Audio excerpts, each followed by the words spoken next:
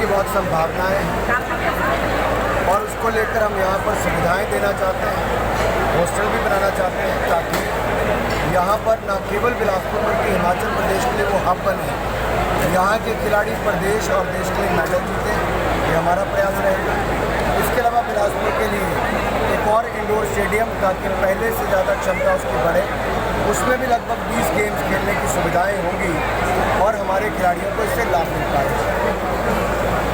जहाँ तक आज के कार्यक्रम की बात है, प्रगतिशील हिमाचल 75 वर्ष, आज हम जहाँ हिमाचल की उपलब्धियों की बात करते हैं, जो सफ़र तय किया उसकी बात करते हैं, वहीं पर जन भागीदारी से जन आंदोलन हो, अमृतकाल में हर भारतीय की भागीदारी से प्रधानमंत्री जी के बताए गए 5 प्रण उस पर हम चल सकें और अमृतकाल में इतना काम अपने देश के लिए करें कि भारत एक बार फिर महान बने, भारत को विकास की ऊंचाइयों पर लेकर जाएं, एकता एकजुटता के साथ, जन भागीदारी के साथ और गुलामी की सोच से मुक्ति पाने के बाद विकसित भारत का निर्माण करें।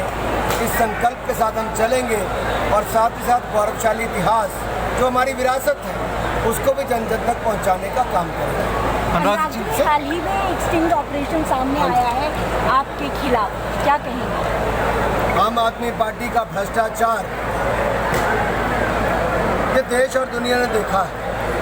शराब घोटाले की बू आज पूरी दुनिया और देश में कोने कोने में आम आदमी पार्टी के चेहरा, चाल, चरित्र और चेहरे को दिखाती है। कोई भ्रष्ट हो और ऊपर से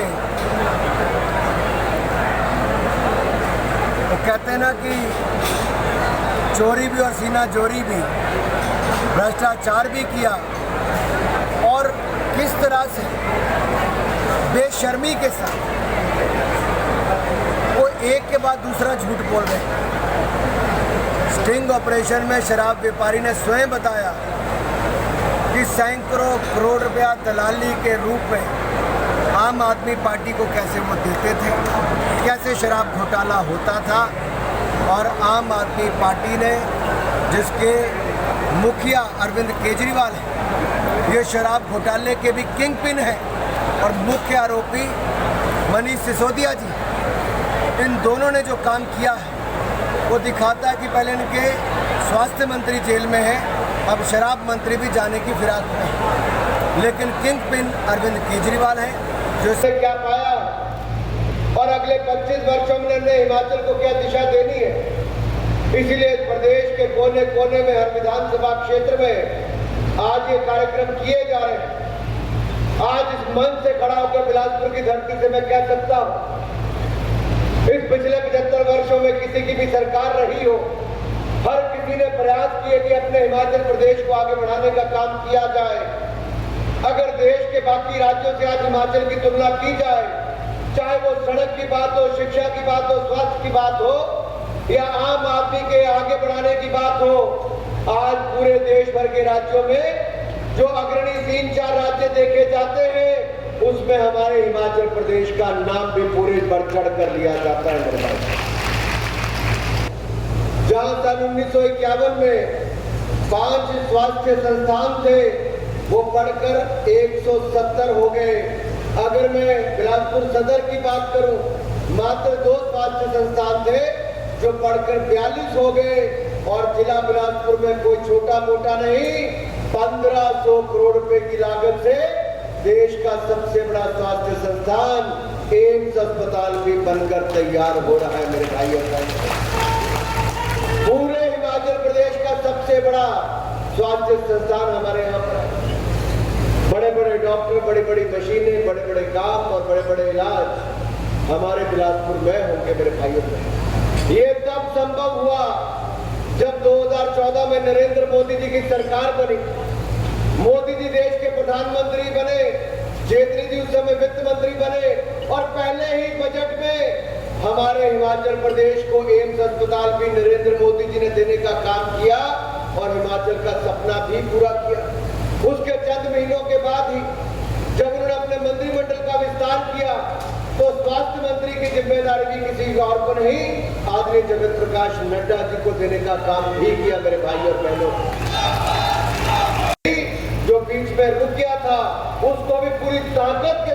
तैयार करवा रहे हैं और लगभग 15 महीने के अंदर उसका काम भी पूरा हो जाएगा और हमारा यहाँ से कीरतपुर साहब का डिस्टेंस जो 2.5 घंटे लगता है वो केवल 40 मिनट रह जाएगा, यानी कि 2 घंटे कम लगेंगे मेरे भाई और बहनों। यदि आपको देखते ये कब हुआ, जब भारतीय जनता पार्टी की डबल इंजन की सरकार आई।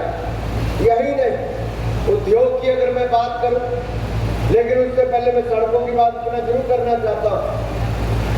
ये अटल बिहारी वाजपेयी जी की सरकार में प्रधानमंत्री ग्रामीण सड़क योजना आई। उस समय धूमल जी प्रदेश के मुख्यमंत्री, गांव-गांव में सड़कें बनाने का काम हुआ तो उस समय किया गया। मुझे आज भी याद है, गांव में सड़कें बनाने, नड्डा जी कई बार यहाँ पर कहते भी थे, भाई सुभाष जी आप भी उस समय जब कैंपेनिंग के लिए जाते थे, आपको याद होगा, गांव-गांव में पैदल ही चल के जाना पड़ता था। लेकिन 1998 में भाजपा की सरकार धूमल जी के नेतृत्व में बनी, अटल जी की सरकार दिल्ली में आई, तब जाके गांव-गांव में सड़कें बनने की शुरुआत उस समय हुई है और ये उसका लाभ भी मिला। आज मोदी जी की सरकार बनी तो 4 लेन हाईवे वैसे बनने शुरू हो गए, पुल बनने शुरू हो गए और यही नहीं, रेलवे का सपना तो आपने देखा भी नहीं था। मैं कहना चाहता हूं कि रेलवे लाइन भी हमने लड़ाई लड़ी। मैं तो डॉक्टर मनमोहन सिंह जी के पास भी कई बार गया, लेकिन कुछ नहीं हुआ। मोदी जी की सरकार आई तो मित्रों हमने बिलासपुर को रेलवे लाइन से जोड़ने का काम की शुरुआत की। आज मैं कह सकता हूं पहले 20 किलोमीटर का काम पूरी ताकत के साथ, तेजी के साथ चल रहा है।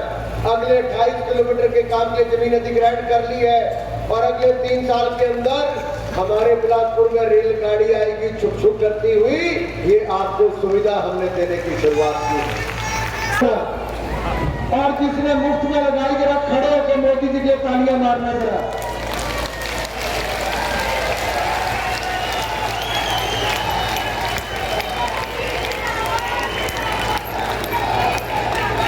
भाई और बहनों, आज तो हम लोग भूल जाते हैं, हमारा भारत सबसे आगे बढ़ रहा है, नंबर 1 आगे बढ़कर बढ़ रहा है।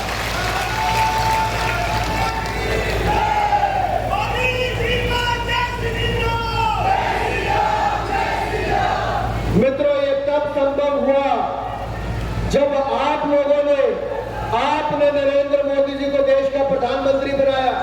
तब जाके गरीब माँ के बेटे ने, गरीब के घर में रसोई गैस के सिलेंडर से लेकर 20 करोड़ महिलाओं के खाते में, जिनका जनधन खाता उनको 1500 रुपए देने का काम भी किया। उनको 3 रसोई गैस के सिलेंडर मुफ्त में भी दिए, उनको अनाज भी मुफ्त में देने का काम किया। ये तब किया जब वो आपकी चिंता करते थे। ये तब हुआ जब वो कोई सेवा करने वाला आया। नहीं तो पहले तो भ्रष्टाचार में डूबी हुई सरकारें थी। आज मैं सीना ठोक कर कह सकता हूँ 8 साल हो गए, नरेंद्र मोदी जी के ऊपर कोई 8 रुपए का भ्रष्टाचार का आरोप भी नहीं लगा पाया है मेरे भाइयों का। हमसे जुड़े रहने के लिए हमारे YouTube चैनल को सब्सक्राइब करें और नई वीडियो की नोटिफिकेशन के लिए बेल आइकॉन को दबाएं। अगर आप ये वीडियो Facebook पर देख रहे हैं तो लाइक जरूर करें और ज्यादा से ज्यादा शेयर करें। इसी तरह के और भी अपडेट्स के लिए फॉलो करें हमारा Instagram पेज himachal.kesri।